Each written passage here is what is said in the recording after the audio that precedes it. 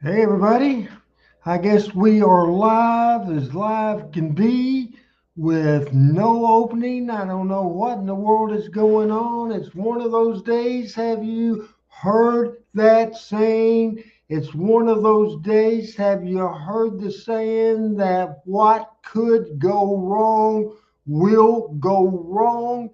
Anybody that is watching on Facebook, Calvin Lindsay Jr., if you're watching right now, I see you there, but I don't know if that's live or not. One of the things that I think might be happening is we're having connection issues with our biggest fan base, and that's the Facebook fan base. So we have issues. We got problems, Lucy, and I don't know what's going on. Also, our show tonight, we were scheduled to have Michael St. John, who has a work situation that came up. He's not going to be here. Pat Trammell is about 45 minutes away, maybe 30 minutes away at this point on Talking Memphis Wrestling. He is headed here. So we have a loaded Talking Memphis Wrestling on this program today, and I think you will enjoy it very much. This show is being produced by Adam Dunn.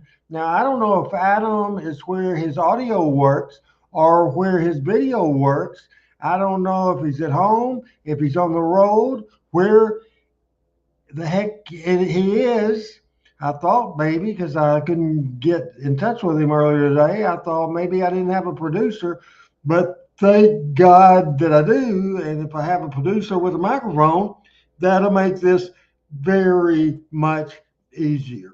What are we going to see today on Talking Memphis Wrestling? I think you will enjoy it, as this is part three of our series on Memphis Wrestling 1970. If into the 70s, and if we get through that, we have two interesting videos coming up in 1980. I think you will enjoy. And we have good video today on this program, and I think I will just let you know real quick. We will start with a special video from, let me think, let me see, it's 1998, about 28 years ago. We're going to have a video from Power Pro Wrestling a little later on. Also today on Talking Memphis Wrestling, we will see a rare video from the March 1979 Robert Fuller booking tenure from Memphis, just to show you how much different it is when somebody outside comes into another territory to take over. I think you'll enjoy that. Then we will see a video of Rick Morton attacked by Tojo Yamamoto and others. We will see the 1979 historic and famous, absolutely famous concession stand brawl. After that, we will see the Waynes, Buddy and Ken's angle with the Gilberts. Lawler switched heel in 1979. We will see Tommy Rich as a heel in 1980 against Handsome Jimmy Valiant, and then the famous Tommy Rich mother angle, and I think you will enjoy that as well. Adam, are we where we can play the open? Or can we play video? If you can play the open right now, the regular Talking Memphis Wrestling Open little test to see what we're dealing with now. It didn't play while we got going, but if we can play that right now, the Talking Memphis Wrestling Open. Here we go.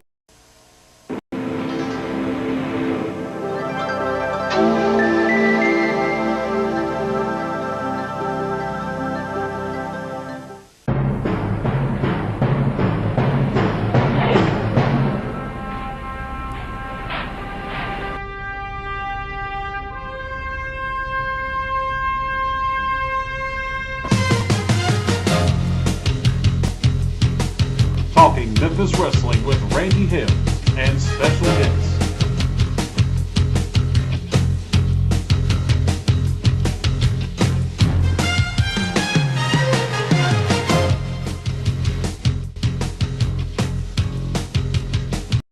We are rocking and rolling with Talking Memphis Wrestling, and this is one of those days, to quote Downtown Bruno. Mama says it'll be that way someday.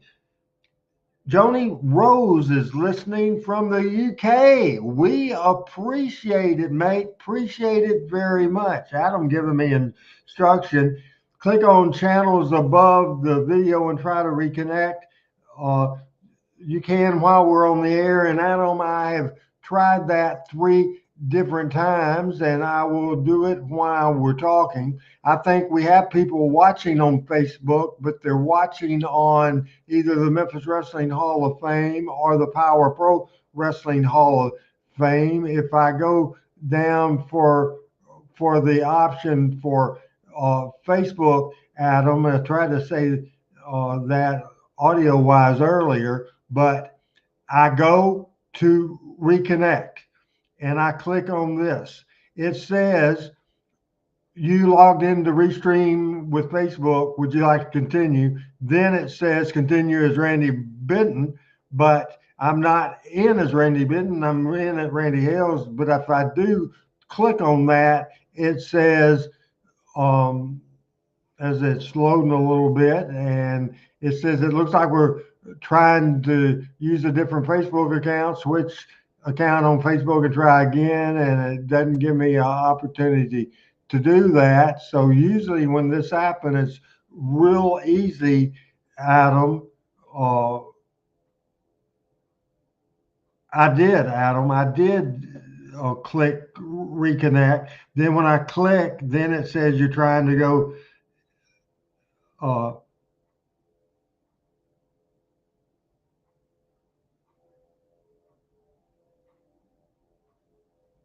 okay, open Facebook in another tab. I can do that and change to that Facebook account. And I know what you're saying, but it's not giving me. That's when I click on that account. That's what I get. And one time before, you were able to do that, uh, Adam. The Randy Hills Facebook account, and I have that opened up right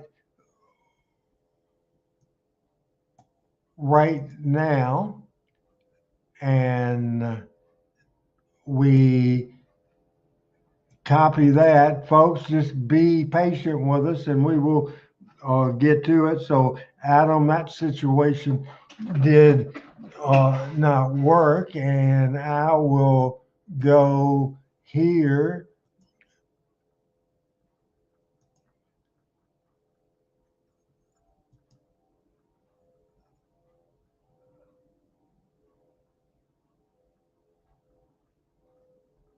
It's just giving me the Randy Hills option, the Randall Benton Hills option. It's not giving me a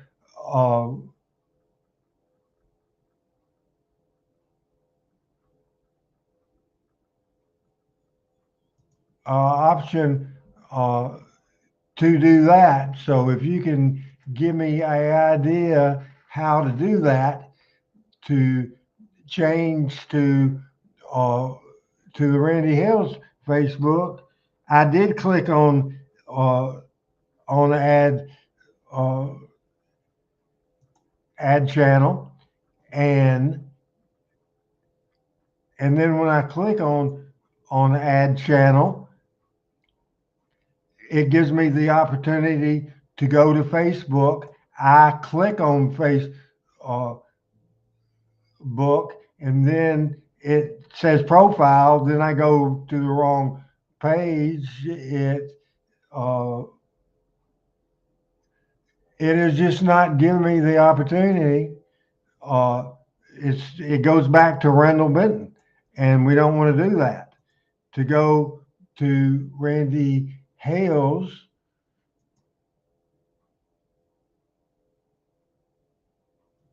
That's the only option. So I'm using Restream on the same browser that I always do. Absolutely every day. Hello, Randy West. Oh, what are you doing, Randy? We are having a major technical problem. Randy, what are you watching this show on? The Randy Hales Facebook, the Randall Hales Facebook, the Power Pro Facebook? Randy, help us troubleshoot this thing. And Adam, I am using Restream on the same browser than I normally use Facebook. I just have multiple Facebook accounts. Hello, Richard Hood. We are having technical issues right now, and because of that, our number one platform, Facebook, I don't see that we have many people watching from there, or many people at all. If you know somebody trying to watch this show, tell them the Power Pro Facebook, the Memphis Wrestling Hall of Fame Facebook, at RB Hales on Twitter, and the Randy Hales channel on YouTube, and the Classic Memphis Wrestling. We have major problems here, and I'm doing everything I can do and everything Adam's telling me to do, and that's not working. We will continue with the show right now.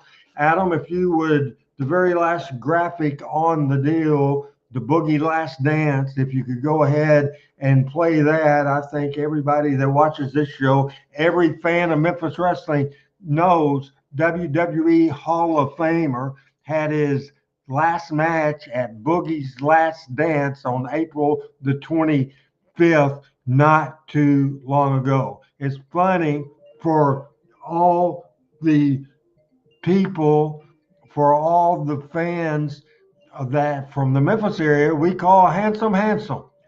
However, in the Carolinas, it's the Boogie Woogie Man. The Boogie Woogie Man. I want to go back about 26 years ago to a video of show number 3 from Power Pro Wrestling. Show number 3. And this video is Handsome Jimmy Valiant's debut, his absolutely debuting on Power Pro Wrestling, and this is a crazy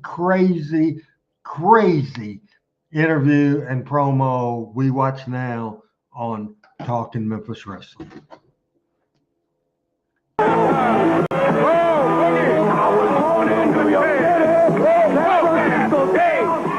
Jimbo from Memphis feels good, baby. He's here.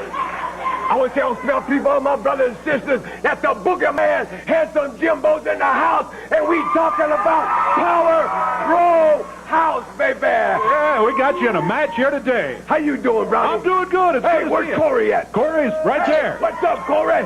Hey, where's Randy Hale at? Randy's upstairs taking care of the program. Randy, love you, brother. God bless you. Hey, have you ever kissed Corey? No.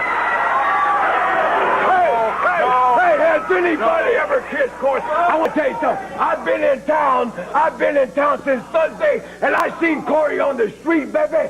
And I gave him, I had a fresh dip of Copenhagen right here, man. Hey, and I gave him he's on the bricks, Jack. I gave him some sugar. Now I'm not saying he's a thief or nothing, but I'll tell you something. I think he hocked my dip. I think he hocked my dip, baby. Oh, man, wait a minute. Let's don't talk about that. Let's talk about Ripley, where you're going to be tonight. Hey, Ripple. Hey, I'm going to Ripple, Mississippi, baby, tonight. I don't know where I was last night, but I know where I'm going to be tonight, baby, and that's in be Ripple. there. All right. Come on, Baxter. This is his interview time here. Hey, he wants to party. Hey. I'm sorry for the eruption, but I have to come out here and save the day. Shut up! I had to come out here and save the day. The ratings are nosediving. These people are here to see their own guns. They're here to see Brandon Baxter, and they don't want to see you, Jimmy Valiant, because you're yesterday's news. Why don't you do me a favor and do Power Pro Wrestling a favor? You go back there, you pack your bag, you hop back in your little car, and you go back back to wherever you came from, because that's where you belong. Let me say no!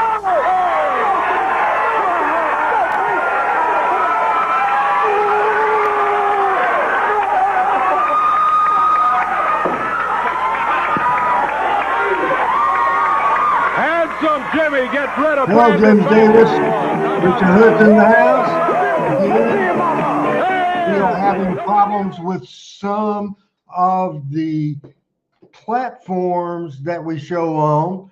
We are having problems because at the last minute, Michael St. John couldn't be here today, work-related situations, and my buddy Pat Trammell is hustling, driving fast, getting here as soon as possible. And we have a big Talking Memphis wrestling show coming up. And if we could put the Talking Memphis wrestling graphic up there real quick so I can do a little talk over this thing, because I will once again tell you on this show today, we will continue our talk on the 70s.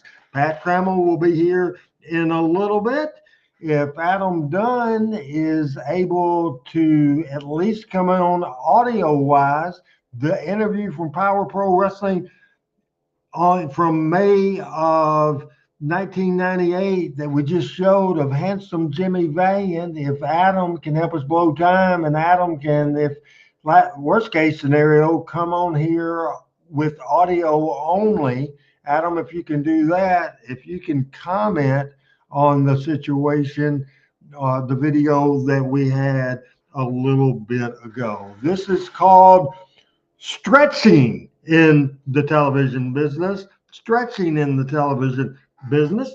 Again, we will be talking about 1979. We talked, of course, the last few weeks, the big split of 1977, the Dundee versus Lawler feud from 77. Lawler switched babyface and Handsome Jimmy Valiant debuted in Memphis. Now, 1978 was the year where Jarrett Promotions left the NWA, recognized the AWA as the world champion, and also in 78, Joe the Duke made his debut with John Louis, Sonny King, and they made a terrific run. Handsome Jimmy Valiant was in and out the entire year. In 1979, with business still good, but not as good as it was in 77, the first year of Jarrett Promotions, right at the split. It was still healthy business, but it was nowhere in the area that it was when the Lawler Dundee program or the Valiant feud was going on in its entirety. Now, in Southeastern Championship Wrestling in Knoxville, Tennessee, Ron Fuller was a couple of years into that promotion, doing very good. Robert Fuller had a booking run and was successful. Jerry Jarrett's partner with Jarrett Promotions, and they renamed it Jarrett Welch Wrestling Company, because Buddy Fuller, Edward Welch, became the partner of Jerry Jarrett, a minority partner, but a partner for sure. And he pitched to Jerry Jarrett, said, Jerry, we don't want you burned out. You've been booking mainly non-stop since the late 60s.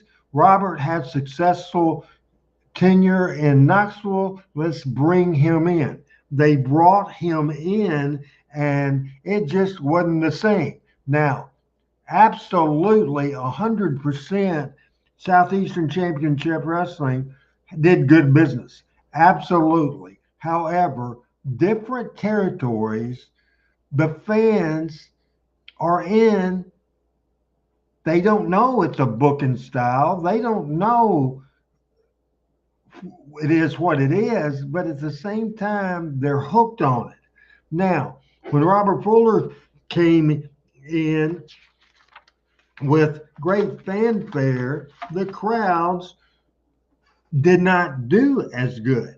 Did not do as good. And this was in March, and because he brought in people, good people, Tony Charles, Rick Oliver, Professor Tanaka, the Great Fuji, Robert Fuller, Hughes Ron Fuller, Mongolian Stomper, Gorgeous George, Jimmy Golden, Thunderbolt Patterson. He debuted Austin Idol, Ron Sleeker, Buzz Sawyer, just all kinds of stuff. And if I didn't see it, uh, Stallings and Jimmy Golden, and it was just a good crew that had got over in Knoxville. But absolutely, now Robert Fuller started way back in the day in Atlanta, then in Florida, and then came to Memphis in the early '70s. So he had worked Memphis, the entire Memphis territory, James, several different times before it got to the situation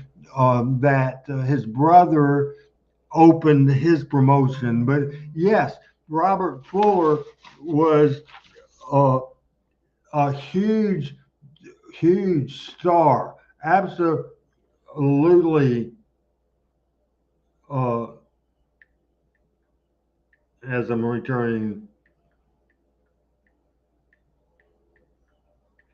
Sorry about that. That's not real professional of me, but the Spellbinder has tried to call several times on this program right now. So, anyway, setting up 1979, and finally it was a point where there was a promotion war going on. I've heard a couple of different stories. A promotional war going on in Knoxville with the Knoxville Five, so Robert Fuller headed back there. One story I've always heard that because business was down, and it was down, that Robert Fuller was fired. And I always heard the story that Buddy Fuller's told Jerry, I'll fire him. Other stories I've heard is Robert gave a notice or didn't give a notice. Robert said, I'm leaving. I got to go save Knoxville, help save Knoxville, because all their top talent had left in that promotion war. So it was just a big, big mess. Absolutely a big, big mess. At 7:23, we're waiting for my buddy Pat Trammell. That's probably between 7 and 10 minutes away. And I wish somebody would get the word out that we are live on YouTube and live on Twitter and live on the Power Pro Facebook page and the Randy Hills Facebook page. We are not on. We're on the Memphis Wrestling Hall of Fame Facebook page. We may be on the Randall Benton Hills Facebook page and the Memphis Wrestling Hall of Fame Facebook page. You can catch us on YouTube, the Randy Hills channel, at Classic Memphis Wrestling YouTube channel. Also at RB Hales on Twitter X, and also at RB Hales, Randy Hales channel on Twitch. Again, we are having major, major issues with this stream today. And yes, James, Jimmy Golden was a cousin of Robert Fuller, cousin of Robert and Ron Fuller, and the nephew of Buddy Fuller. So any questions like that, we will appreciate that very much. As we are waiting right now for Pat Trammell, I think we'll go into the picture section of this show, the picture section of this show, and we are going to stop at the close to the top of the picture section. I think you will enjoy this. This is 5585, 5585, and this, I was not there this night. This is in Jackson, Tennessee. It was a night of legend at the former Jackson Coliseum, then called the Omen Arena. And this is a great night with great legends. You see the Louisville Lip, Mr. Tennis Racket himself, the great legendary manager Jim Cornette with the man that's often imitated and never duplicated, the fabulous Jackie Fargo. How about the superstar Bill Dundee in that beautiful yellow jacket? Next to him, from Houston, Texas, billed for many, many years, the father of Dwayne Johnson. This is The Rock. Dad. This is Soul Man Rocky Johnson. The next picture, we saw video of him a little earlier on. He's the boy from New York City, handsome Jimmy Valiant. As Adam had switched to the next picture, so we will go right to that right now on Talking Memphis Wrestling. I think this is Corsica Joe. I'm not 100% sure. And that is the fabulous one himself. This is, again, often imitated, never duplicated, the fabulous Jackie Fargo. Next picture on Talking Memphis Wrestling. I like this. I think this is in the old Fairgrounds Sportatorium or Sports Arena in Nashville, Tennessee. This is the fabulous one himself, Jackie Fargo and Roughhouse Fargo, tearing down the building. Next picture on Talking Memphis Wrestling on this version of the show. This is the Fargos, the fabulous Jackie Fargo and the very dangerous and crazy and eccentric Don Fargo. Next picture on Talking Memphis Wrestling. A young, very young, beautiful Bobby Eaton before he was named Beautiful Bobby Eaton with his tag team partner in the Jet Sets. This is George Goulas. George Goulas and Bobby Eaton, the beautiful one, right here on this show, Talking Memphis Wrestling. Next picture. This is George Goulas and Dennis Hall. George Goulas, Dennis Hall. Next. Wildfire. Before he was Wildfire. This is Tommy Rich. Next picture. And once again, Johnny Rose from the UK was watching the show at the beginning of this show. And does anybody know who this is? Because I do. And he signed the autograph. He came into the Memphis territory in the 70s, then became a big star in Mid-Atlantic Championship Wrestling. This is Don Kernodle, who had a great run with Sergeant Slaughter, great run against Jay Youngblood and Ricky Steamboat. You know, as Richard says, do I have pictures of Greg Valentine as a Fargo? I don't have where I can get to it now, but yeah, we have shown that in the past. Absolutely have shown it before, and I'm not in a situation in the middle of a production when I can go back and listen to that as well. And if we have, I don't know if we're at the end of the pictures or not, if you can just click on the picture. This is a very young picture of Lynn Rossi wearing the old time Southern heavyweight, or actually at that time it was called the Southern Junior Heavyweight Championship. Lynn Rossi right there on Talking Memphis Wrestling. Next picture. How about this? How about this cool little deal? Showed this before. This is from the merchandise area back in the day, the picture table. This is a great picture of the fabulous Jackie Fargo. Next picture. This is the sponsor of that watch we saw. This is from Shayer's Diamonds, Watches, and Jewelry. Jackie Fargo with the issues there.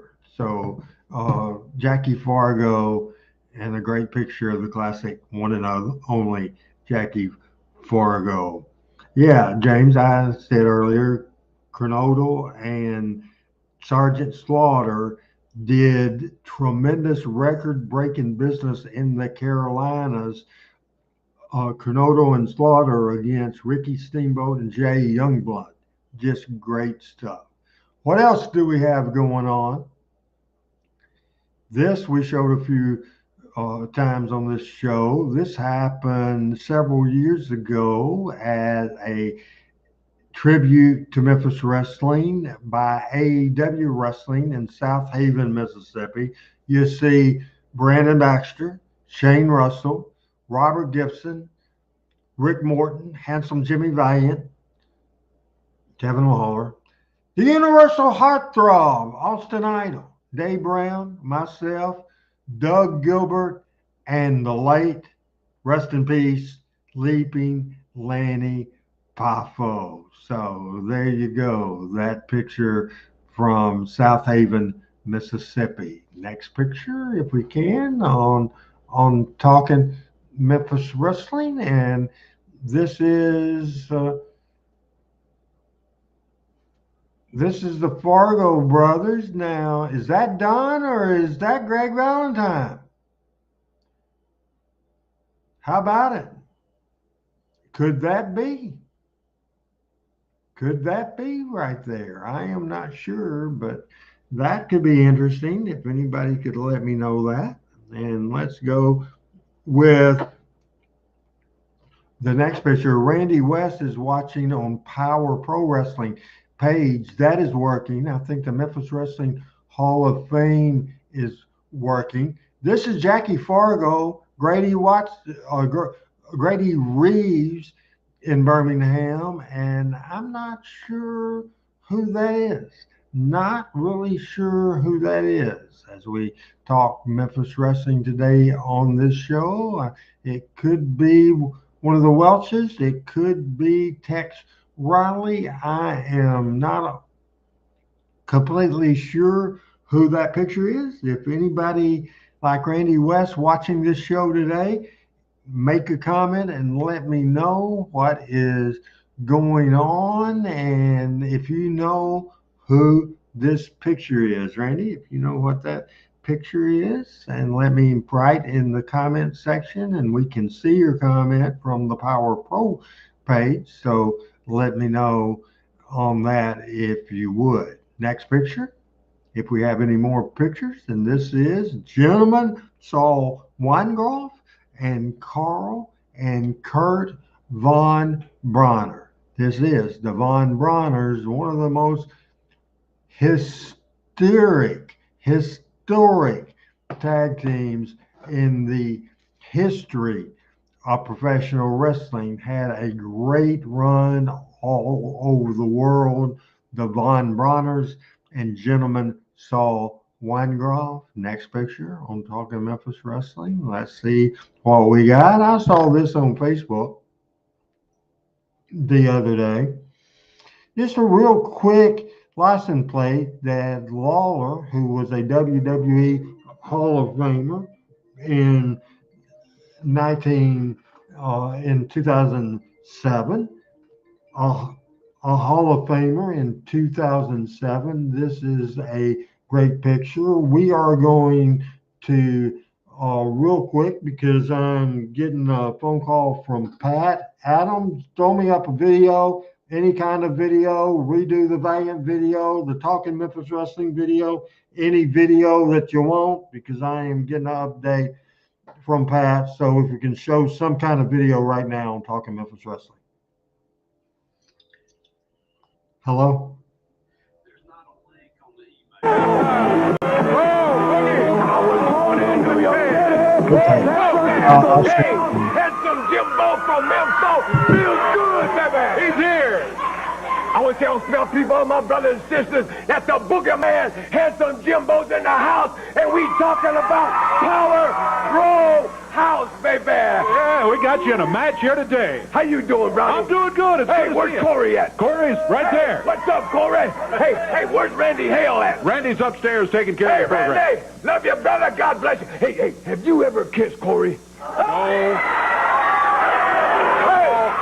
Hey, has anybody ever kissed Corey? I want to tell you something. I've been in town since Thursday, and I seen Corey on the street, baby, and I gave him, I had a fresh dip of Copenhagen right here, man.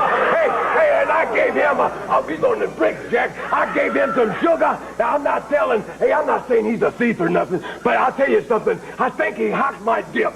Baby. Oh, man, wait a minute. Let's don't talk about that. Let's talk about Ripley, where you're going to be tonight. Hey, Ripple. Hey, I'm going to Ripple, Mississippi, baby, tonight. I don't know where I was last night. Hey, but I know where I'm going to be tonight, baby. And that's in Be Ripple. there. All right. Hey, Come on, Baxter. This is his interview time here. Hey, he wants to party. Hey. I'm sorry for the interruption, but I have to come out here and save the day. Shut up!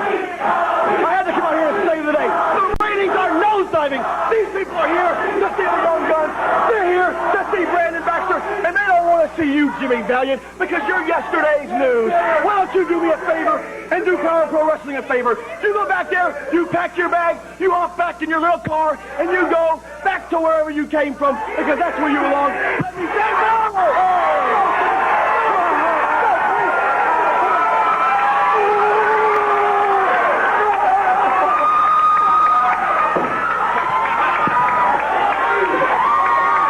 Handsome Jimmy gets rid of Brandon Baxter for us. How about that? Let's see him, Mama. Great video. Handsome Jimmy Valiant from 28 years ago, his first appearance on episode number 3 of Power Pro Wrestling. He has been my advisor today on a crappy situation I was going through. Pat, I told you on the phone, I don't know if this has ever happened to you, but this past Saturday, Randy West knows this. I don't know if I told Adam this or not, but it's turned into a fiasco because I don't know how it happened, but I lost my wallet. Thank goodness.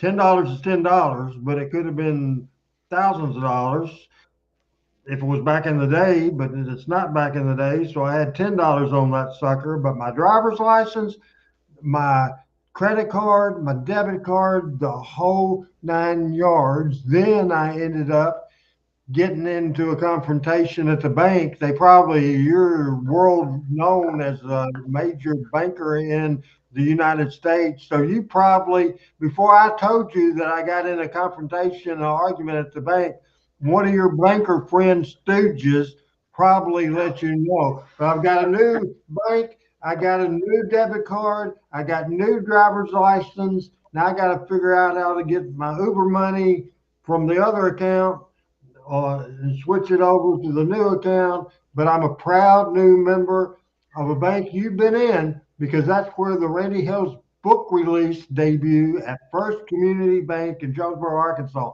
Pat, before I told you my fiasco, did you get a report from your banking spies you have all over the world that I about had a bank brawl right there? I got pretty loud, and it was not Randy Hales. It's not Randall Hales. It was R freaking H.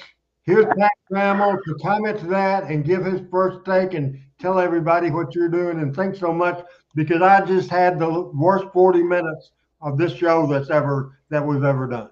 Well, I doubt that. When I came on, you had and Handsome Jimmy giving it to Scott to Brandon, so that's always fun to watch. But yeah, we share the same bank. I just hadn't they hadn't messed me up too bad yet. But that's the only bank account I've ever had as a professional. But it was from the bank I went to work with out of school. But you're with the right bank now.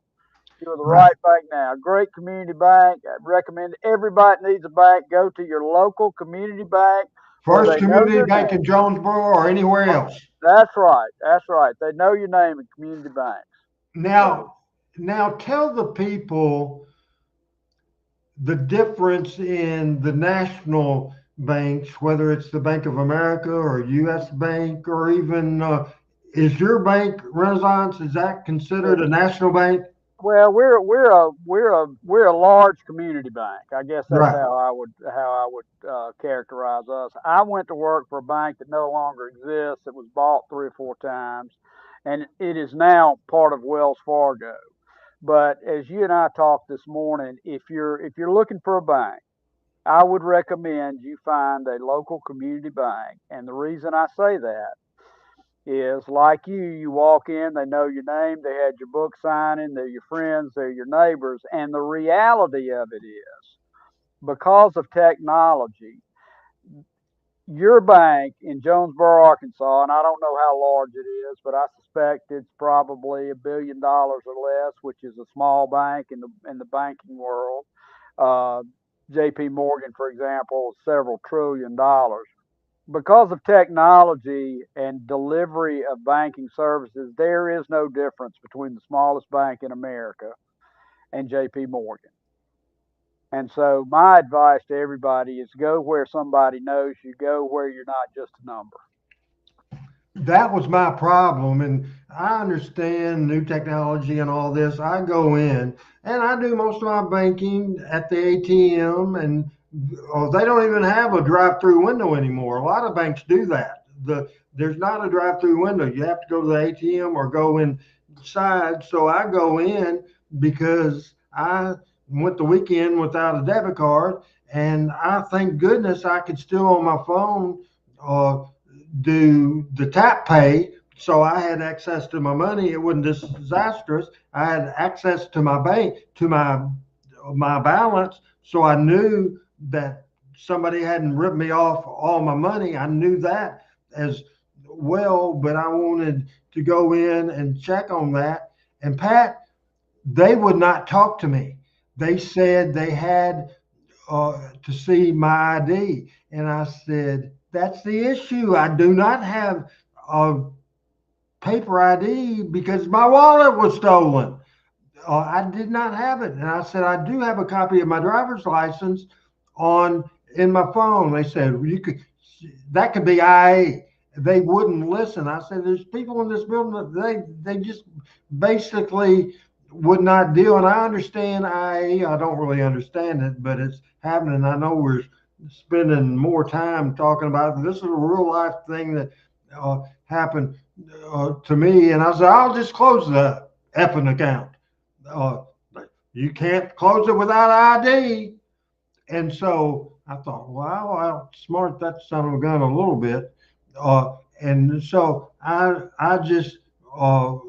I just went out and I'm thinking surely the bank would be open to 5, but I went home, got the information I needed to go get my ID, got an ID. I rushed back to the bank.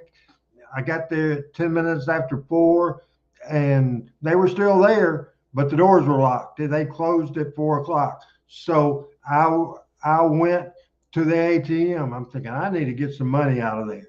So uh, the highest amount you could get on the screen was $300. So I got $300. Then tried it a second time, got $300 more dollars.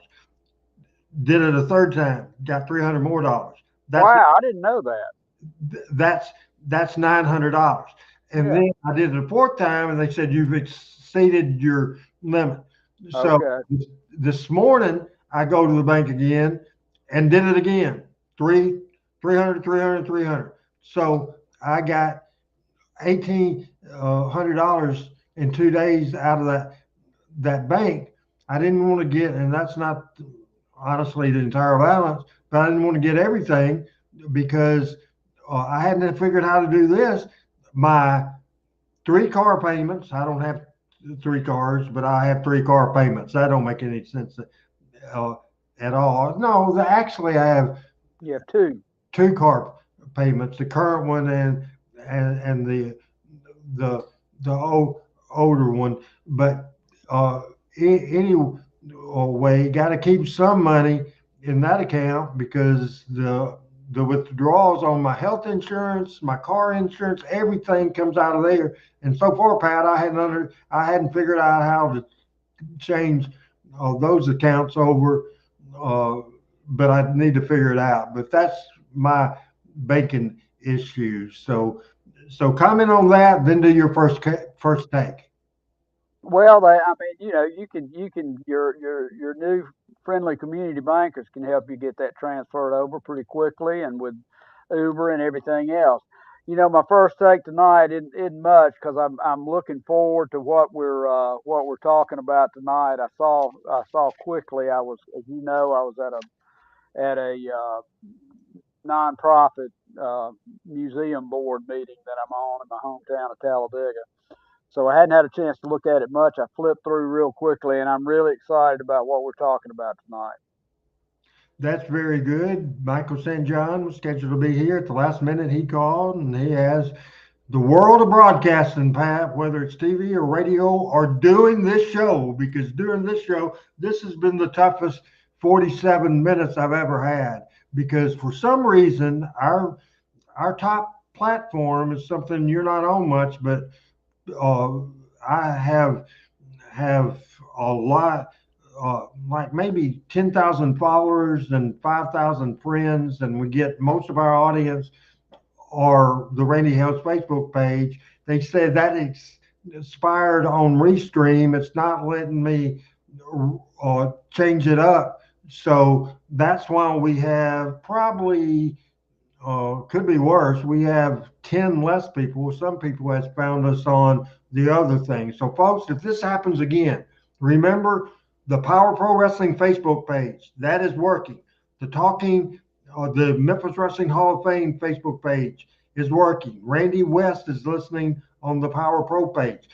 At RB Hales on Twitter, the Randy Hales channel on Twitch, and then on YouTube, the Randy Hales channel are classic Memphis Wrestling videos, and YouTube and the two Facebook pages are the best thing. Pat, this has been craziness, and this has been a just me kind of stretch, but here we are, right?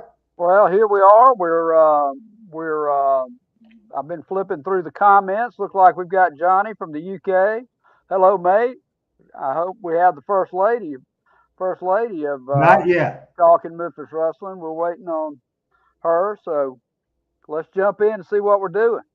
Okay, we are talking about 1979. Have you noticed, Pat? And I don't know if you, as a viewer, when before you're on the inside like you are now with this show, and you speak as a fan and as someone that's now on the inside. But back in the day, do you remember uh, times where Birmingham wrestling was Birmingham wrestling pretty much? Maybe the talent changed, but it was the same philosophy, same thing every time. But then all of a sudden you change promoters or change most time you change bookers. And when that happened, they were major changes in what was going on. Do you ever recall watching regular Birmingham wrestling, and then all of a sudden you're thinking, "This ain't my wrestling. These are a lot of new people, and we don't. This is not Dick Douglas wrestling." Have you noticed that? Yeah, absolutely, absolutely. And that happened with Continental. Now Birmingham was dark for probably, my gosh, 7 or 8 years, and Ron Fuller brought in Continental, and of course, that is in the bloodline, if you will. So, but yeah, it was. Nick would bring people in that really did not fit in Birmingham. As you Right. know, he was buddies with the Sheik, and he would bring some of his guys in, and that it just didn't work. It just was not Alabama wrestling. And what happened when Fuller took over? He took over for I'd say 3 years after the split, so there was no Jerry Jarrett influence at all, and Nick and whoever was booking for him, whether it was Lynn Rossi or Tom Ernesto or whatever, you weren't getting Birmingham wrestling. And when Ron Fuller showed up, he was closer to the wrestling that you grew up on than what the last 3 years of Nick was. He was, and you know, it's really kind of sad because I mean, look, Jerry took all the talent out of the entire Gulas Welch territory. You know, they all wanted to go to Memphis because they made more money. And you know, Lynn Rossi was loyal to Nick, but you know, unfortunately, Lynn was in the car accident, couldn't work anymore. Tojo you know, eventually came back to Jerry, so there was just not great talent there towards the end. Really, probably, and you know, and you know, he's a good guy. I enjoyed watching him on our pals. Show, George. He had a lot of interesting things to say, but you know he was still pushing George. Right.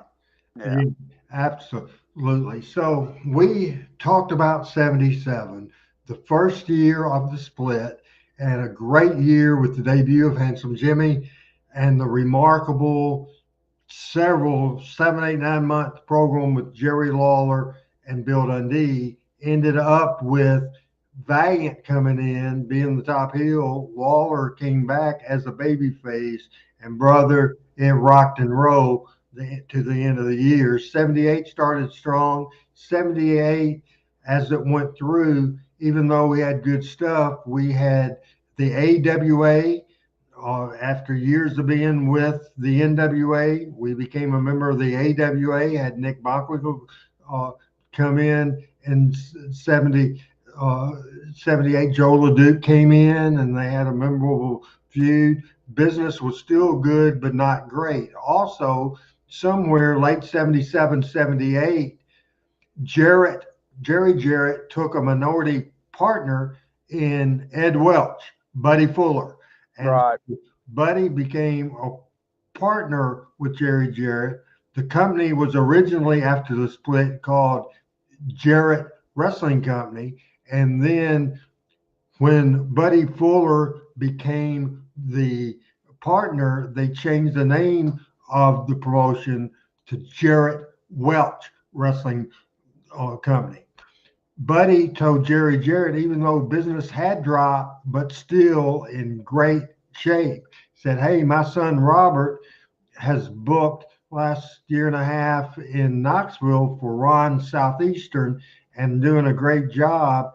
You are been booking Memphis since 68, running your own company since March of 77. I don't want you to burn out." Said, "Bring Robert in to do the booking." So he brought Robert Fuller in to do the booking, and Robert came in, and Jimmy Golden came in, Ron Fuller came in a few times, other people, the Bengolan Stopper, Gorgeous George, some people that got over. But what he did, he put the number two babyface, Bill Dundee, as a tag team partner to himself, to Robert Fuller. They were tag team champions, and he really, and he's been vocal about it. He's not a friend or a fan. He does not like Jerry Lawler, maybe professional jealousy, whatever the case. So he didn't do a lot of stuff with Lawler. So 79 had a different look. And I'm going to show you a clip of a video, 7 minutes and 27 seconds. And some of the talent, this first guy you'll see is a legend from all over the world. Professor Tanaka, Tora Tanaka. You know that name, Pat? Absolutely, I do. But he didn't mean shit in Memphis, Tennessee. Well, that's right. I get that. Didn't mean anything. And we're going to spend just, I want you to point out on the voiceovers things that's different, things that surprise you. Just 7 minutes and 27 seconds. This is not Jerry Jarrett booking, Bill Dundee booking. This is not Jerry Lawler booking, Randy Hales booking. This is somebody that had worked the Memphis territory, but it's very interesting. And by the way, I love Robert Fuller. Nice guy, super guy. He's one of the first guys that got me to smoke the Fernum Durnum. The Fernum Okay. Durnum. He did. Absolutely. I love me some Robert Fuller. Richard, I'll get to your before we get to the video. Why did Jarrett switch from the NWA to the AWA? A couple of reasons. He knew he could get dates on the AWA champion on a regular basis because they didn't run a lot in AWA country, very rarely on Monday nights. So that's one of the reasons. The other reason that he thought that he would never be able to talk him into switching the NWA title to Lawler, but he thought, even though it was 11 years after the fact, maybe, or 10 years after the fact, Lawler did win the AWA title, not from Nick Bockwinkel, from Kurt Hennig. We want to watch that video right now of Robert Fuller booking. This is 7 minutes, 27 seconds, and this is talent that's drawn all over the world. It just didn't gel in Memphis. And let's watch now on Talking Memphis Wrestling. When I was in match with Mr. Lawler, I had beat this man fair and square inside ring because when referee touch me, that means I am automatically a winner. But automatically this referee distract me, get up, and I think he had Mr. Lawler roll me up, try to pin me. But whatever happened inside there, I don't know what happened with Mr. Idol. I had no idea he gonna come inside ring. But you see, when this referee and this Mr. Lawler try to double cross me, that'll make me only one thing in my mind is put this man in hospital. I put several men in hospital like Mr. Wrestling number 2, Mr. Danny Hart, and many other wrestlers. Mr. Lawler made me so mad, I put this man in hospital. All right, now, on behalf of the referee, you got to say, and the people are going to see in here, prior to the count that you're talking about, you had grabbed the referee and deliberately... No. Let's just roll it right now. Let's take a look at it. I want to see this because this was a Southern heavyweight match for the champion. And don't forget, I am a steel champion, no matter what. I am a steel champion. Mr. Lawler is no more king. I'm the king now. You got the title. There's no question about it. But there's Pat, you noticed a lot of empty seats in the load section It's there. already been said, but I want to tell you, it is the most unbelievable thing, unnecessary thing. Hey, other opponents grab referees the same way. Why difference with me? Yeah, well, I'm not really talking about the fact of grabbing the referee, Jerry Calhoun, in there. They'll see it. Now, they'll take a look at it and let them judge for themselves. But that's exactly the... Okay, what you say with the cast? You call that illegal using cast? The referee he was over talking... This man have no right to be inside the ring with the cast on. Okay, the referee has talked to Lawler about it. He talked to him constantly during the match about the use of it. But the situation of what Austin Idol did... Every time I use the cast, that's not fair. All right, well, you can say anything you want to. He's going for the abdominal stretch on Professor Tanaka right there, but there's no submission from the champion, and Lawler is... I don't see no action there. I don't see me touching this referee. The referee automatically hit Jerry Lawler by himself. Sure, yeah, now look at there, 1, 2, 3. I beat this man. All right, now the referee is coming around. He is addled here where you pulled him into, Lawler. I don't care what you say. Making no difference. I got the man to pin. He's supposed to... I win this match, fair and square. That's your version of it. Now, keep looking here, because I want to see what the man who was sitting at ringside... I don't pay no attention. All I know is I have one man inside the ring. That was Mr. Lawler. Yeah. I care only for him. You see how he sneak up behind me? Yep. He thought he can beat me like that. And there comes Austin Idol in, and Austin Idol, who was sitting at ringside, had paid Tanaka to sit at ringside. That's right. My $1,000 is very good. But you see, I don't care what happened to Lawler. All I care for is what I'm going to do to him. That's what I want. That's why I told Mr. Now, Idol... I don't get involved. This is more like Memphis Wrestling, Pat. That's it, yeah. You sure did. You got him when he was blinded. There, blind my eye. Over to the rope. He's not blind. Yeah, what's the matter? He's the back of still can see. Yeah, and what you do is come in and Idol holds him out while you take that elbow that broke those blocks and hammer it down in his back in there, trying to put him in the... Look, referee Jerry Calhoun. I have no way of controlling myself. Referee one thing making me mad is that's the finish with him. And I usually get mad all the time with my opponents. I don't care what. You finished him all right after Idol had done what he did. This man have no right to be inside the ring with me. Okay. Well, You understand? He You look at the king. He's the king. What's the king there? Laying down flat on his back. and there you're using that foot again right in the middle The king of the is back. standing on his feet. That's me, Tanaka. I know. Rick and So Robert you Gibson see, come out to he make the even save had his there. pawns come out and help the They king. came But out he's to no help king. We him. have 3 no minutes, pawn. They had to get him 20 out of there. seconds That's what they left in came this out to video. do, was to This get you guys out is of just there. an example in pounding on his back in there, 1979 right? Don't worry. These of the rats come back change here, of they're gonna booking. get some more medicine for me too. Look at it. Look at that. Lawler with Or whatever the it was that I I angle. don't I know would guess I don't pay. All I know is that I. Well, I know. There Lawler it is. I can probably see it didn't right there. like working with I know Tanaka. exactly what He happened did to him, and like it was working with after that. Idol. How did you see what Obviously, happened when you see they all All that? right, well, take a look right worked here. You can see it. together Okay, for I look. I years. don't see that. Right in I the was As on the we other side. You see see me? I did not see that the happen. ink thrown, and But that Lawler. didn't Notice stop how him from Lawler putting is the elbow selling to that. it. Hey, that man Oh, is yeah. deciding with me no matter what. I still get this man because he's still inside the ring. That's my job there. Punish this man. Yeah, you punish him, all right. You certainly did. That's the only way. Put him on a stretcher and send him out. And there's the cap off that bottle that Idol threw at him. Yes. To get Good everybody camera to get, work. I hope he Lawler rested being in carried out. peace in the hospital. At this Ended up with point, the I would back in there guess that Randy uh, West. as well as the fact that he got This chemical was burns in in his eyes. '78. Just, I am not it was a sure if this would situation have been that was Mike entirely Shields or unnecessary, Randy and West. I'm not the Randy, only if one that thinks so. you let Everybody me know. there.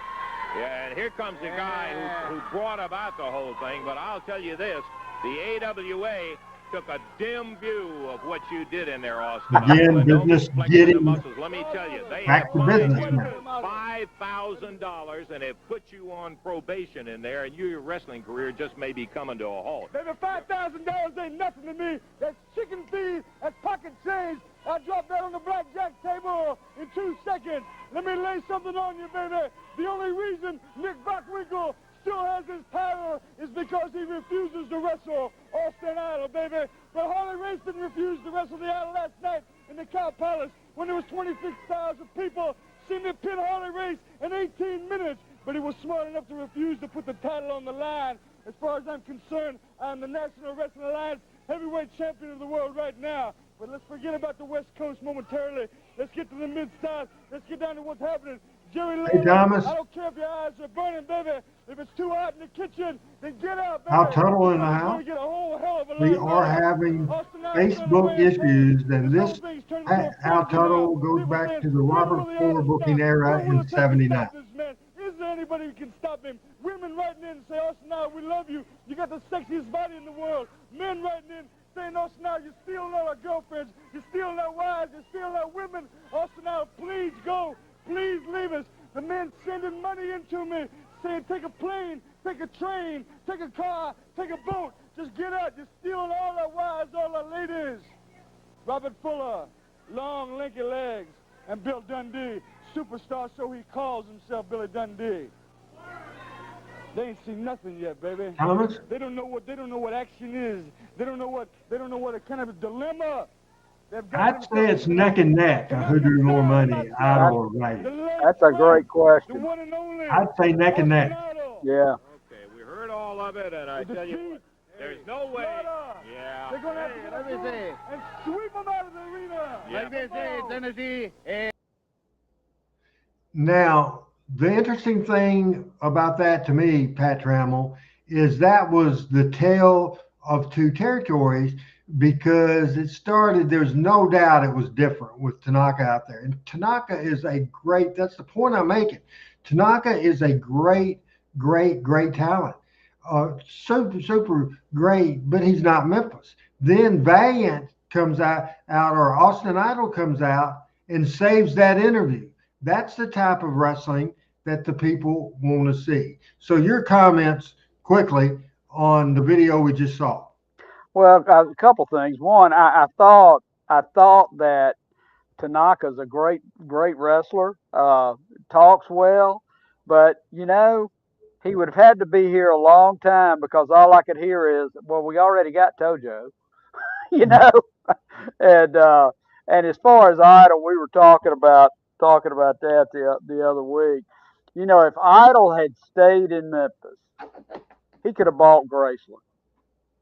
I mean, the guy was. I mean, he was made for this place. But Austin Idol's his own bird, that he comes and goes and comes and goes. But yeah, it's not quite what you get. And I'm not a big fan of the ink stuff and all that. There's better heel things to do. But you know, you're it is very in Robert Fuller's defense. Memphis wrestling, and I'm going to try to say this right, and I don't know that I can. Unlike a lot of other wrestling territories, Memphis has its own culture. You know, the like nobody is a there's no wrestler that I'm aware of, and I'm trying to think maybe there's been one in New York. I don't know who the champion was three before Hulk Hogan, but Jerry Lawler is Memphis. He's the home team, and you don't have that a lot. And so, just bringing guys, your standard guys in, and it's an odd thing because Lawler and Dundee feuded for 20 years, right? Right. Yeah, More than that. yeah, More than probably that. more than that. Yeah, absolutely. No doubt. So you're with me. You see a different vibe. I Absolutely. do, I do, and I can hear it in Lance. You know, Yeah. yeah. He's thinking, what in the world is going on? I want to jump to one of our audience as we're jumping around, but one of our audience has a comment about Handsome Jimmy Valiant, as we've shown twice the Handsome Jimmy Valiant 1998 Power Pro Wrestling debut. Our our viewer wrote a comment saying that Bobby Heenan was negative and said that he did not like the Valiants and that the Valiants were disgusting human beings and that sort of thing. And I appreciate that comment. Love the Jimmy Valiant clip. Bobby Heenan spoke very negatively about the Valiant brothers. No specifics, just using words like disgusting.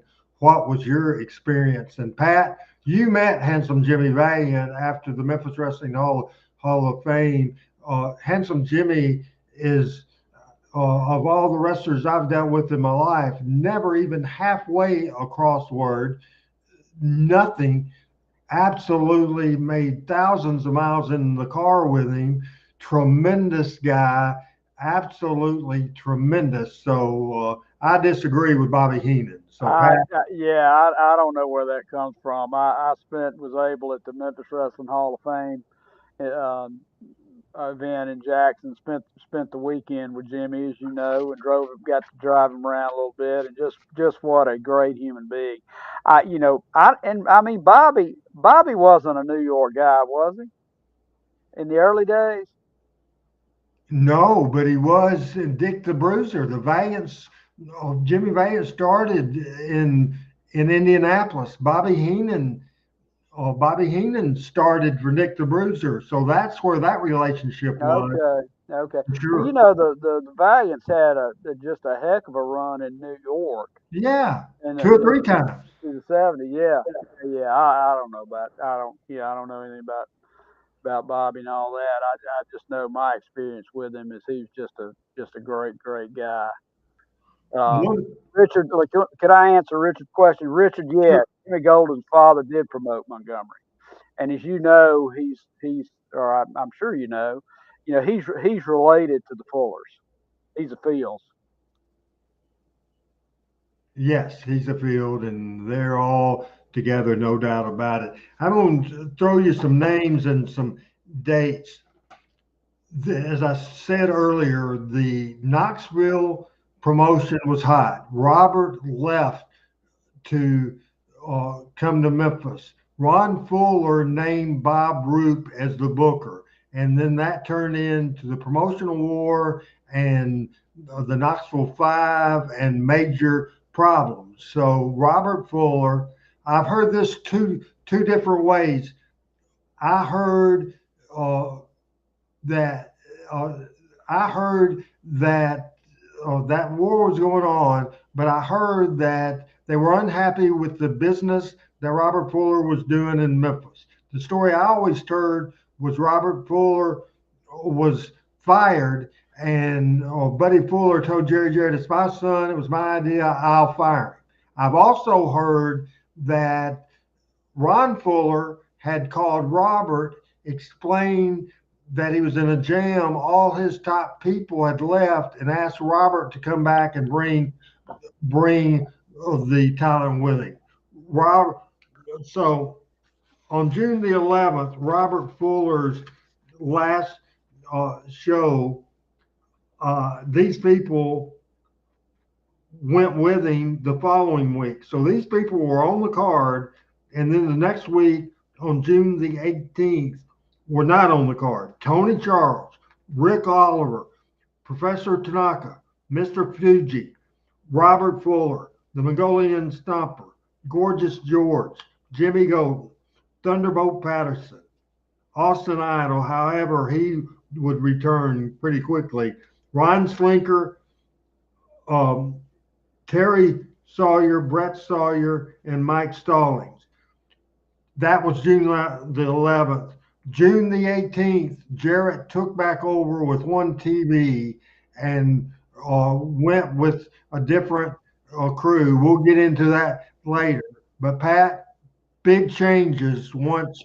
That's a bunch of people that all of a sudden wasn't on the card, but the crowd, with Jerry Jarrett taking back over and shooting a major angle, doubled. Well, there's a famous story that you've heard and we've all heard, and Jarrett told me he was walked up to Robert, and there was 2,800 people in the Mid South Coliseum, and he said, "Damn, it can't get any worse." And Robert said, "Yeah, it can," and that was kind of the end of Robert Fuller. Right.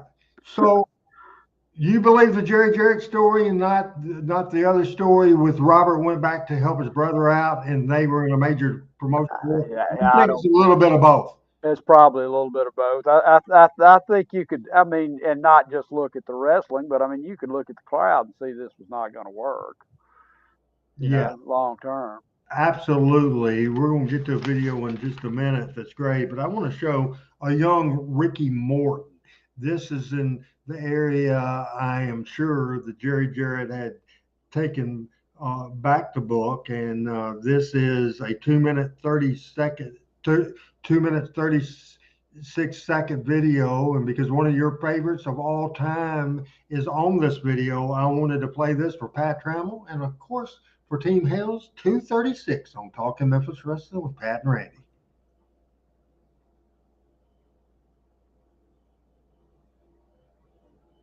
Championship wrestling. I know it's not a pleasant subject to bring up, but I gotta say, This is Rick Morton and Big Red.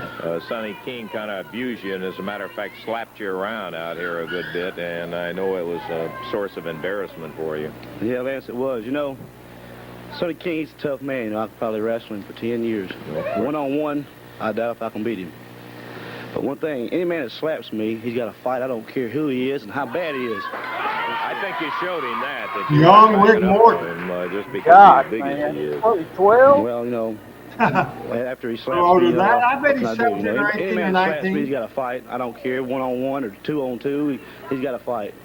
Well, it was a situation that we were kind of sorry. Hey, come on, Tojo. Don't start. Hey, Sonny. Now, you've already been out here. Hey, come One on, of Sonny. Pat Trammell's favorite wrestlers as a heel. Here's Tojo. Yeah.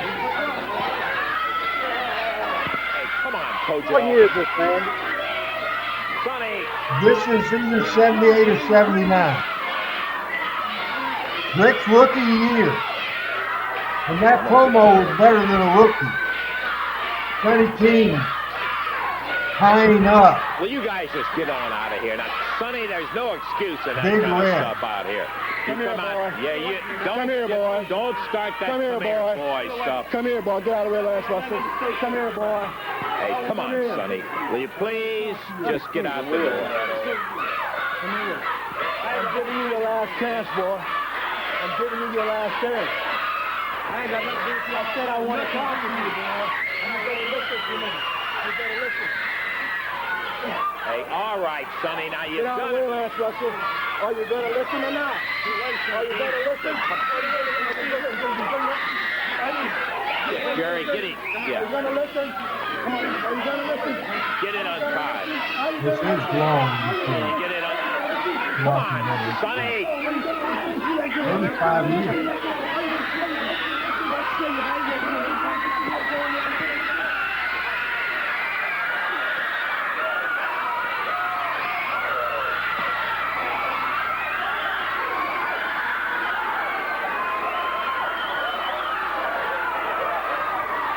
Let's take time out right now. We'll be back in just a moment. Pat, I really want to bring you on and join me here. That was just fascinating. That was obviously Jerry Jarrett doing the booking, and that was Memphis Wrestling. Getting heat on the babyface, and there wasn't a bigger babyface in the world than Ricky Morton ever. I don't think. Who talked to me about Big Red? He was a guy from Atlanta. He had several runs, not a great thing. And Pat, is Adam real quick? If you take me off the screen real quick and keep my microphone open, as I'm got to see if I can make my. I think it's put me back on and see if I'm back clear, Adam, and see if we can do that. I am back clear. So just your thought of what we just saw. I mean, I would not. I'll be honest with you. I would not have recognized that as Ricky Morton. I don't think, unless you had told me. So I mean, he had to be 17, 18 years old. I mean, Ricky's 64 now. Yes, I or think. older. Yeah. He's Yeah. older than me, I think. I'm 64. Okay. Okay. So Pat, am I exaggerating, or except for the last video we saw in the idol thing, that is Memphis Wrestling. However, the Tanaka thing and the first 5 minutes of the video we showed compared to the video we just saw, night and day difference. Do you agree with that? Oh yeah. Oh yeah. And Memphis Wrestling knows this is what you and Lawler and Jarrett booking. That's if you look at a lot of different wrestling, you knew how to get heat beating up a babyface. It was better here than anywhere else. Always. Always. And starts with Ricky right there. A young Ricky A Morton young at Ricky, that, yeah. for sure. So I gave the list of on July the 11th, all the people that was there. That on June the 11th, then on June 18, it all changed. And Jerry Jarrett knew he was having to take over, and it was desperation levels. So he booked a card, and he booked a very interesting angle or a very interesting match with two underneath heels, Larry Latham and Wayne Ferris. Never had wrestled the main events at all. And we will see this video right now that ended up being one of the most replayed videos In in the wrestling history history. of Memphis Wrestling. And wrestling history, as you say, we're going to spend 8 minutes and 13 seconds. It starts with the match in Tupelo, Mississippi for the Southern Tag Team Championship with the champions Jerry Lawler and Bill Dundee. So I don't know how they Jerry just made them the champion. I don't think they beat anybody for them. I think whoever was the champion, they probably did a phantom switch. But anyway, Lawler and Dundee defending against Wayne Ferris and Larry Latham. This video is going to be 8 minutes and 13 seconds, and we're going to watch that. More video to come on Talking Memphis Wrestling today. Be contrasted with the Dundee-Charles bout in here. This took place just last night in Tupelo, Mississippi. We've got the raw tape up here, and we're a big upset in the fact that Wayne Ferris and Larry Latham upset Lawler and Dundee to win the Southern Tag Team Championship belts in there. It turned out to be a total brawl in there. Let's join it right now in progress. It's all rough. Looking in bad shape. Comes back, though.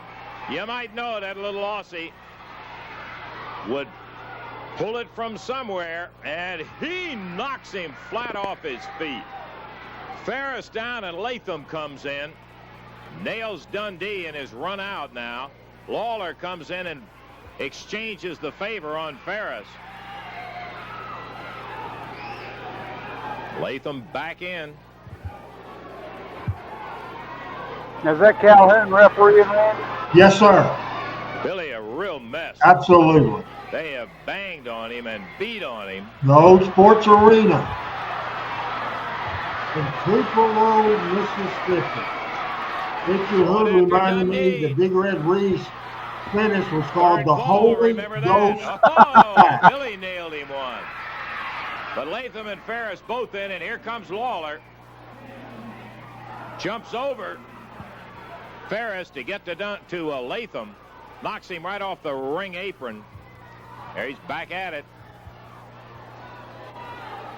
Good question, Al. And Dundee caught in the crossfire over near Latham and Ferris's corner. The scuttlebutt back out there is this Tupelo concession stand brawl Sunday night show sold out the Mid-South Coliseum the following Monday night. The actual house was 4,231 people. Everybody would have swore it sold out. Double close It line did not. on Billy, and However, cover one. 6 weeks later, Lawler comes in at the nick of they time. got it way up.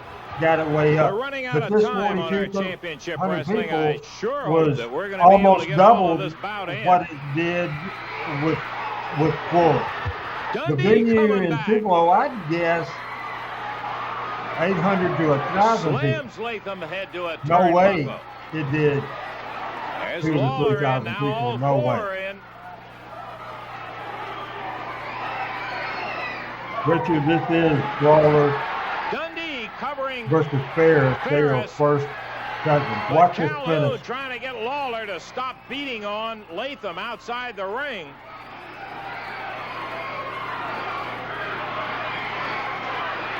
And Dundee trying to get the referee's attention. Ferris comes up from behind and nails him, going to his tights. He may have had something in his hand. Backdrop, sunset flip, but no referee. Here comes Calhoun, being held by Latham. Latham going back in. Drops on Dundee with the elbow, and Lawler pulls the referee back to help his partner out. Billy in the center of the ring. Count of 1, 2. Did he get 3? Yes, James. Latham and Ferris. The referee signifying, ring the bell. He got a 3 count, and he is going to This call is a raw, pin. uncut video. Yeah, I know. Our They time's cut running a few out. They cut a few. The referee, in fact, is awarding the belts to Latham and Ferris as the new Southern champions. Lawler nailed with a belt. Dundee grabs a belt. Slams Ferris. Oh, Dundee hit him right in the face. If you notice, Lawler's selling and Dundee's not.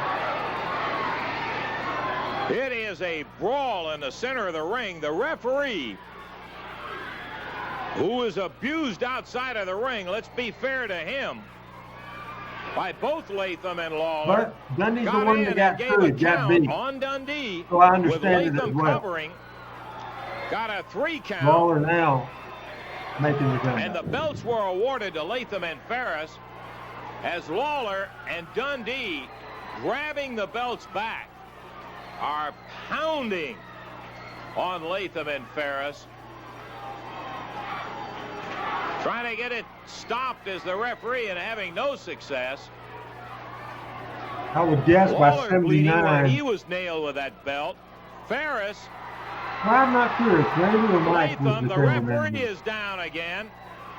A wild melee going on in the middle of that ring as Lawler and Dundee with those belts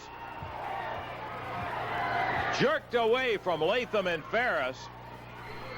And Dundee comes around from the side. Yeah, I know it. Our time is running out right now. We're going to have to call it quits as our time is up on Championship Wrestling. It looks like that they are outside the ring. This is Lance Russell from the Tupelo Sports Arena. Listen. Hey, Mike, can you get the camera? They got a hell of a Mike Duncan, Mike Shields See, was can the you get it camera down? person. Let me get the light stand off here. Bring it on. We'll go back and edit it.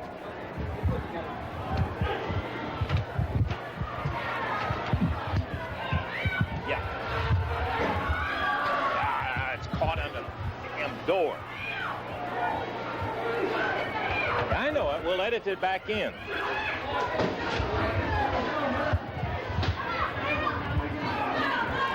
Okay, can you get it rolling?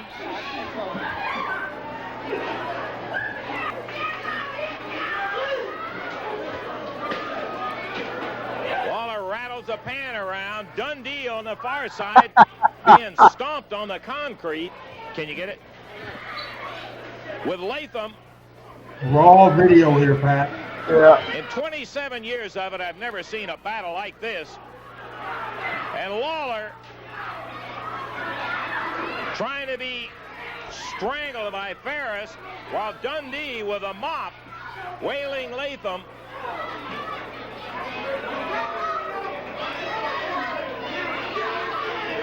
Promoter Jerry Jarrett, although he is not a promoter here, trying to get him to stop. He's got Dundee separated.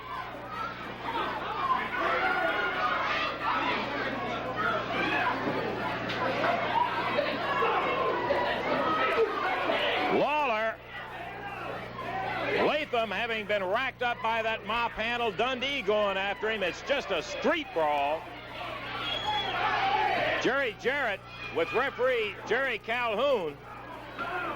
Jarrett trying to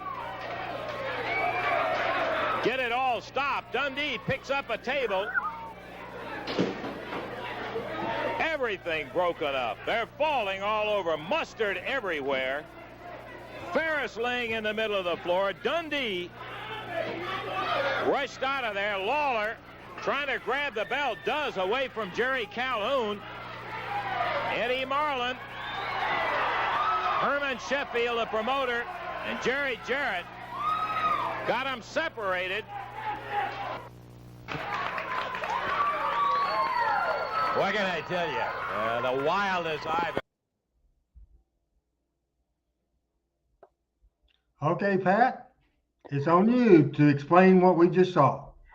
You know, I've heard the story that the house was down and houses were down after the Fullers left. They were doing anything they could to get it up. So I guess I'm, you know, what year was that?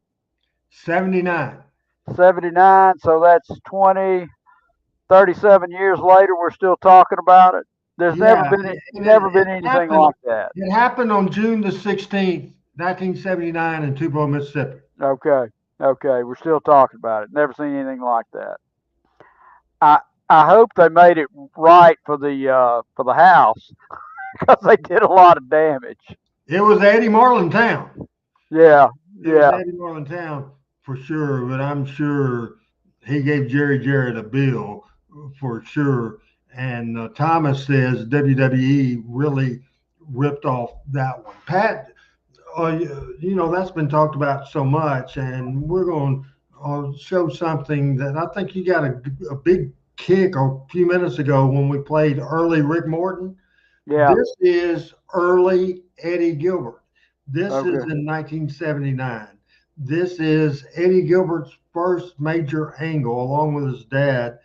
And we're just going to take a look at that, and we know what kind of star Eddie Gilbert became, but there's a start somewhere. 6 minutes, 11 seconds, and I want to say this: Robert Fuller, when Eddie Gilbert debuted, Robert Fuller made a mistake. He called him Tommy Gilbert Jr. Called him Tommy Gilbert Jr., even though he grew up around the matches, and every fan in attendance knew Eddie Gilbert, knew that he was called Eddie Gilbert, and he was a photographer and was in magazines and everything. Jerry Jarrett right away changed it from Tommy Gilbert Jr. to Eddie Gilbert. This angle, Eddie's first major angle, is 6 minutes and 11 seconds, and we're going to watch now with Pat Trammell, you folks, Team Hales. I'm Randy Hales, and this is Talking Memphis Wrestling. We're back on track, Pat, now that you're back. Gilbert and son, Eddie. Tommy, always good to see you. Eddie, the situation, I know one of the happiest things of your life was the interest that Eddie took in the ring and following in the footsteps, and it must have been a real thrill when you started working together as a tag team, actually in the ring, but it's kind of taken a little sour note as jealousy has kind of worked its way in from another father's on the... You're right, Lance, and a lot of times things like that happen, you know, and nobody can be any prouder of their kids whenever they want to do something. They see them do their best. But, you know, Buddy has, man, he's become unreal. You know, I couldn't believe that the man could be like this. But I want to tell Buddy one thing, since he's looked like he's turned over a new leaf and he don't want to be the man that I thought he was. Buddy, I'm telling you straight to your face now, man. You told me not to call you Hog Jaws. I'll call you Hog Jaws or anything else that I want to, any time, day of the week that I want to. And I'll tell you what, man, whenever we get in the ring, I told you not to lay a hand on my kid. I told you that I'd beat your brains out if you did. And that's exactly what I'll do, because we're going to be in there, buddy, and whenever we do, I'm going to do just exactly that. I'm going to deflate them jaws. And they could be, a lot of you, they could be deflated too, buddy. But the main thing is, baby, I just want you, that's all. And as far as your kid goes, I don't want to lay a hand on him. I'm going to do to him what you should have done 10 or 12 years ago. I'm going to pull his tights down and paddle his butt real good and teach him a little manners. Well, it's obvious that being two father... Okay, hey, buddy, no fights. No fights. No. Lance, you know, after what happened in this match recently, I've been doing a lot of thinking. And I want to come out here publicly. I want to apologize first to you, Lance. We've been friends for a long time. I've done something that was wrong. I want to apologize to the people in the studio, also the people that's watching it, and most of all, I want to apologize to Eddie and Tommy. Because what I done last week, I just got carried away. The most important thing to me was Ken winning. And what I did was wrong. And what I want to do, Tommy, just forget what happened. And I apologize to you now. And just forget the matches that we got coming up. Just forget them. I'd like to just cancel the match. Well, I think Buddy, I want to tell you something. You said forget the match. No, we won't forget the match. Eddie and I will be out there to wrestle. And that's exactly what we'll do. Until the first time that you make a move, buddy. And I'm telling you now, right to your face, I'll beat your brains out if you lay hands on. I want to forget what we've done. Just shake hands, just forget what I've done. Well, I'll shake hands with Okay. you, but I'm telling you now. That's exactly. We'll see you in the ring, buddy. Okay, well, hey. Oh, yeah. Oh, yeah.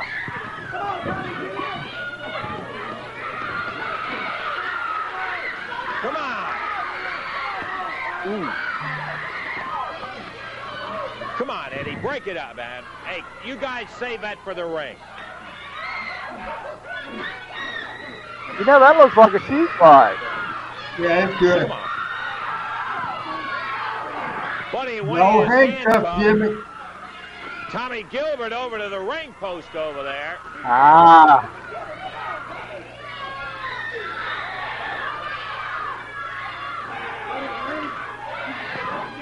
Hey, come on. Let's get this thing stopped out and get somebody out here.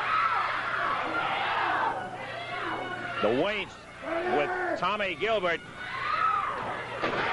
handcuffed over to the ring. The Waynes. That's a great apology. That's all I can say. Can we get somebody out here to get this thing started? The Waynes pounding away on Eddie Gilbert while Tommy Gilbert, I can't help it, Tommy. I can't get the things undone. He locked them on here. Hey, come on, buddy. Just get out. You guys get out of the ring.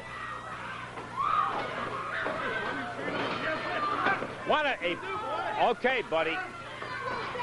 You're asking for it.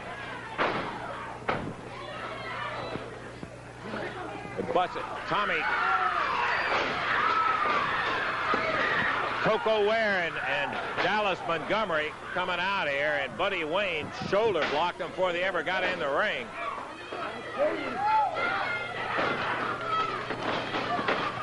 That's a young Coco Ware. That is a young Coco.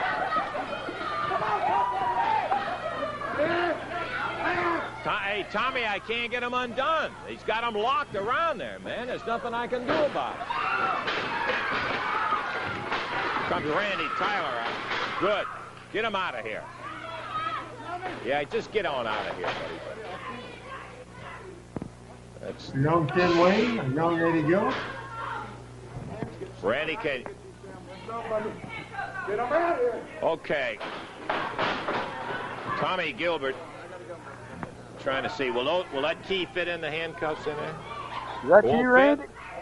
No, the wrestler, Randy Hey, Tyler. Jerry, see if we can get somebody to help get that thing out of there. Yeah, see if that key. If you got a key that might work in there.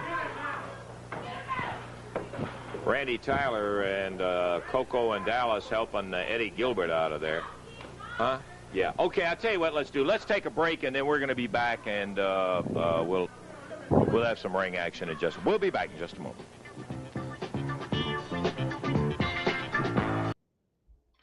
We're able to see on Talking Memphis Wrestling this week, Pat, young men that became big stars, successful stars. Your thoughts on that angle?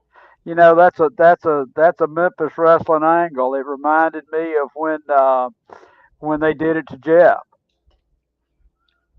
Yes. Yeah. Did You you know, like that? personal issues sell, and it doesn't get much more personal than family. No. How old was Eddie in there? I'm guessing 18. Okay. Ken about the same age. Coco probably 20. Guessing. Just to see the people back then, it's just fascinating to me. We're going to switch gears, and we are going to try to get at least one more video in just a few minutes. But Adam, if you could go back to the graphics section, and at the bottom, the one next to the next to last one up there, the one next to the Jimmy Valiant one that I added, if you can play that video. Pat, I think as a wrestling show, we need to talk about the fact that Ted Turner, he was a character. His main claim to fame, besides being a billionaire and besides leading the company that ended up overtaking for 83 weeks the WWF, Ted Turner, in his 80s. He was born on November the 19th, 1938, passed away May 6, 2026. We lost the owner of Turner Broadcasting, the creator of CNN, just so much. Your thoughts as we lose the graphic right now, Adam. Pat Trammell, your comments about Ted Turner and the fact that he changed wrestling when he changed the little old Channel 17 in Atlanta, Georgia, a D station, put it on the satellite, became a super station, the first super station, and changed wrestling. That's the first time when he took over, I saw Georgia Championship Wrestling for the first time. Your thoughts on Ted Turner? That's absolutely right. And you know, I've talked many times about, you know, we were early in cable in my hometown because of experimental. But you know, Turner had wrestling before it was TBS. It was WTCG, Mm-hmm. and Turner had had inherited a billboard company from his father, and it was almost bankrupt. And he traded half of the billboard company for two TV stations, one RAQ in Charlotte, and the other one TCG in Atlanta. And he I had an opportunity to spend some time with his former chief financial officer many years later, who was with him the whole time. And he said, the only thing that made money was wrestling on that show. And Ted got pretty actively involved with it. And who was the lady who had the other wrestling show in Atlanta? And Gunkel. Ann Gunkel. He was close to Ann Gunkel, and I think they dated for a while after her husband died, and he was a big believer in wrestling. I think Jim Barnett brought Jerry down there to book for a while at one point, and he said Turner would come, and they would come to the tapings and all that. So he meant a lot to wrestling, and then he ended up buying WCW. And And he also owned, he was a yachtsman, and he won a major race, and he owned the Atlanta Braves, and he always said the three things that put TBS on the map was wrestling, was the Andy Griffith uh, show, and thirdly, no particular order for any of this, but also the Braves baseball, Andy Griffith, and uh, wrestling at 6:05 on Saturday night. So big. Ted Turner, I knew his CFO because I used to be involved in a company called Movie Gallery, which was the second tier Blockbuster Video, and it had gone public, and we were interviewing his former CFO for a seat on the board. And he told the story of when he bought the Braves. He said Ted would just do these deals and then call him and say, "You handle it." And he called. He said, "I bought the Atlanta Braves." He said, "Ted, we can't meet payroll." He said, "Yeah, but they're gonna give it to us for a deal. They're gonna give it to us for $8 million." And he said, Ted, it may as well be 80 million. He said, "Oh, just go meet with them." So he went and met with them, and he said, "Look, guys, we don't." It was $9 million. He says, "Look, guys, we don't have $9 million." And there were some guys from Chicago and said, "Look, we just want out here. Give us $1 million, and we'll sign a note for the rest of it." So he went and scraped up $1 million and signed a note over 6 years or something like that. And they went back and they called him a month later and said, "Oh, we got to give you all the bank account information." He said, "Yeah." And he said, "I hadn't even thought about it." Well, they gave him the bank account information, transferred the bank accounts over, and they had $3 million in the bank. So he ended up paying $4 million to the Atlanta Braves, and I think he sold them for 400 million or something like that. That's a money guy, and I think a thing that's impressive, Pat, and I'll put it on the screen right there. He was married Because to Jane Fonda. yes, he absolutely was. So just a successful guy, and I thought it was our duty to talk about it today, Pat. He meant a lot to people throughout the southeast. And again, he was the first guy to go national with wrestling, and a lot of people grew up on Georgia Championship Wrestling. Rest in peace, Ted Turner, no doubt about it. Hey, we have one more video we're going to watch today, and this, I'm not going to do a setup, just to tell you, this was in 1980. This is 9 minutes and 16 seconds. Adam, 9 minutes and 16 seconds as Pat Trammell, Randy Hales, and Adam Dunn are here for Talking Memphis Wrestling as we watch now, 9 minutes, 16 seconds. Okay. Well, we got most of it cleaned up, not all of it.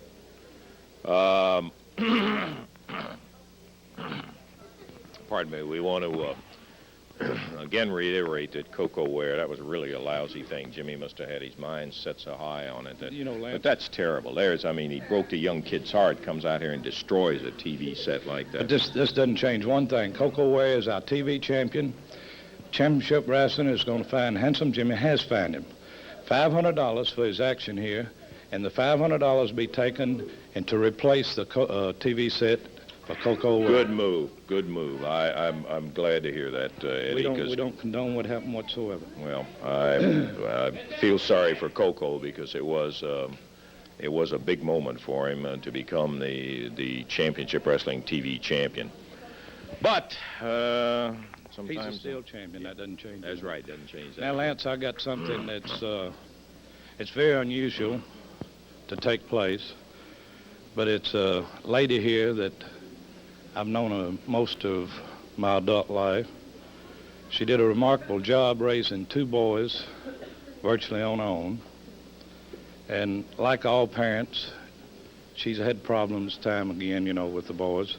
She's got one big problem now, and it's with one of her sons. And she called me, and she said if we would grant her just a minute or so on TV, that she thought it would really help straighten out one of the problems. And I want to bring out here now, I think it's the least I could do to help a parent and a mother straighten out a big problem. And I'd like to bring out Peggy Rich. Okay, this is Tommy's mother. We had an opportunity to talk to her a little bit earlier. And Peggy, welcome to Championship Wrestling. I know it's an unusual situation. I understand completely your request of Eddie to have the opportunity to come out here. And I would like to ask the studio audience, regardless of what you feel about Tommy personally, please show the courtesy to listen to a mother as if it were your own mother. And so Peggy, Lance is so good, glad Pat. to have you. Really Thank is. you, Lance, and I'd like to take this opportunity to thank you for having me out and letting me try to get across to the people that I do have a problem. Tommy's not the bad guy that he appears to be. I know that Tommy is in the dressing room and is probably seeing me, and it's quite embarrassing to him, I'm sure. But you listen hard, Tommy. It's been rough for me. I was proud of you. I'm still proud of you, and these people are too. I'd like to just give you a little rundown on Tommy's career. He started out in Jerry Jarrett's basement, and it was a hard road for Tommy, and he wanted to be accepted. He wanted to be a star, and I thought he was. Well, one day he came in and he said, "Mama, the time has come that I think I've got to leave." He said, I need to go other territories and make a name for myself. And then when I come back home, the people here will realize I'm a star. So he left. He went to Atlanta, and it was one of the saddest days of my life. I went to Atlanta many times and saw him, and he wrestled in Atlanta. He wrestled in Madison Square Garden. He went to Hawaii. He's been everywhere. Then one day he called me and he said, "Mama, I'm ready to come home." And I was, needless to say, I was proud. I know you were. It was really a boost to me. He came back, and the first week he was back, he came to Memphis and wrestled. I didn't come. But he came home, and he wasn't the same Tommy. He sat around, he moped, he was despondent. This went on for 2 or 3 days. And finally one night I sat down and I said, "Tommy, what's wrong?" I said, "There's something wrong, and I think we need to talk about this." And he said, "Mama, I'm not accepted." He said, I went away, I thought I made a name for myself. He said, I came back home, and he said, the people didn't like me. He said, I wasn't what they wanted. And I tried to talk to him, and it didn't seem to do any good at all. And he said, one way or the other, Mama, they're going to accept me. They're going to know that Tommy Rich is back. And I want all the people to know when he comes out here and he brags about being the tough guy, and he's not that. That's not Tommy, not at all. And I feel like the only way that Tommy can ever know that he is accepted is by the fans wanting, cheering him and letting him know they're behind him. That's the only way I know that Tommy will ever be what Tommy used to be. And I think the fans know that we want Tommy back like he was. Okay, Russell! Come on, I'm Jimmy. sick and tired of listening to this big fat slob! Hey, come on, Jimmy. Now, there's no excuse in that. You made a fool of yourself. Listen at me, Grandma. I can't help how your son turned out. I can't help it, baby. He probably turned out just like you. Hey, if you can't control your boy, all my people in the South, they love Handsome Jimmy. And they don't love Tommy Rich. And they don't love you. You have no business being here. Save it for later, Jim. What do you mean, save it for later, brother? She has no business being here. Tommy Rich has no business being here. Ask her nothing, Lance. You shut up, Daddy, and you shut up too, baby. Come on, Tommy. Come on, you guys. Break it up. Get it separated, Kojo.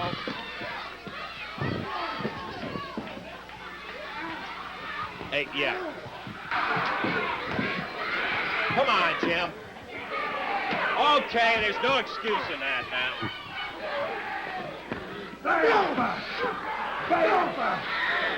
Come on, Peggy. Pat Trammell on cloud nine, seeing Come on, Peggy. Hojo on the hill for the second time tonight. That's right. Hey, come on. Now, that absolutely... Come on, you guys. Knock it off with this stuff now. Hey, come on, Eddie. Get somebody out here. Eddie, get somebody out here. Watch it, Peggy. Here. Come on, just stay back.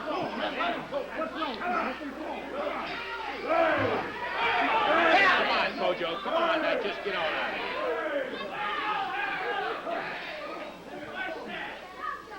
Get him out of here, Bill. Yeah. Just get him on out of here. No excuse.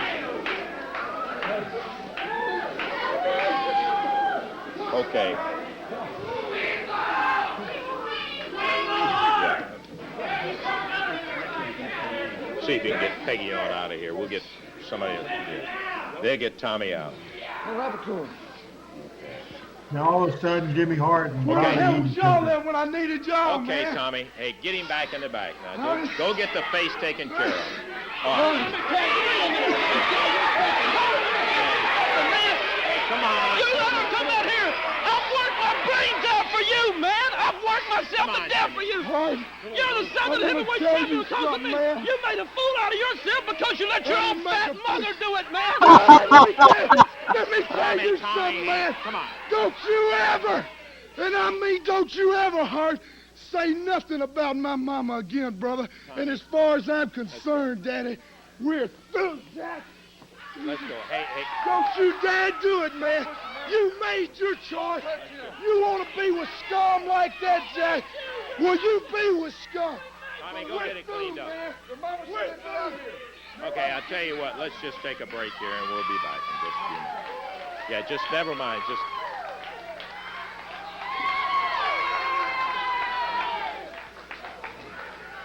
Take a break.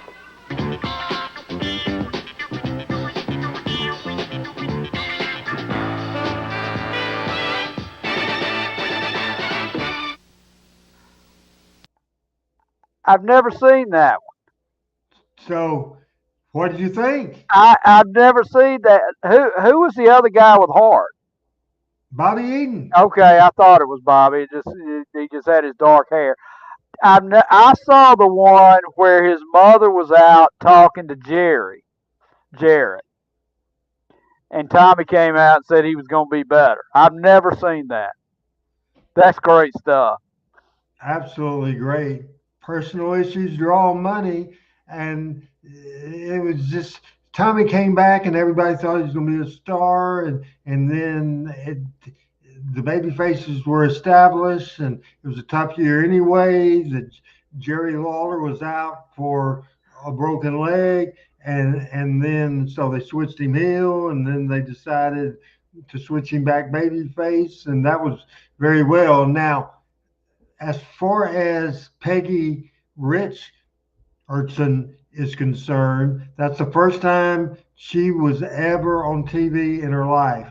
I thought her promo was real because it was real. I thought it was just amazing. I thought it was great too. I really did. I really, and that's you don't see that anywhere else that I'm aware of. That's personal issue sell, and Memphis Wrestling could make it personal. No doubt about it. I want to clarify one thing that earlier somebody said something about Ted Turner managing the Atlanta Braves, and somebody else said he owned it. He didn't manage it. Well, he got mad at the team one time. He got mad and said, I can do a better job than my managers do, and I'm going to manage this next game. So he said that he was going to manage the game. It never got to that because Major League Baseball, Pat, said, no, you're the owner. You can't do that. So No, no, he did one game. Oh, did he do one game? Yeah, he sent Dave Bristol off and said, take a couple of weeks off. I'll handle the next 2 weeks. And he managed one game, but he really didn't do anything because he knew nothing about baseball. And then the commissioner said, you can't, apparently there's a rule, you can't own part of the team and manage it and be a shareholder. His managing career lasted one game. They got beat. And he brought his manager back. Well, unfortunately, we had problems at the start of the show. Michael couldn't be here. We had major technical issues, and Pat, I knew was going to be 30 to 40 minutes late. Then I forgot to send you the link of the show, so then that cost me 2 or 3 minutes. It worked out fine. It's been I had a good time today.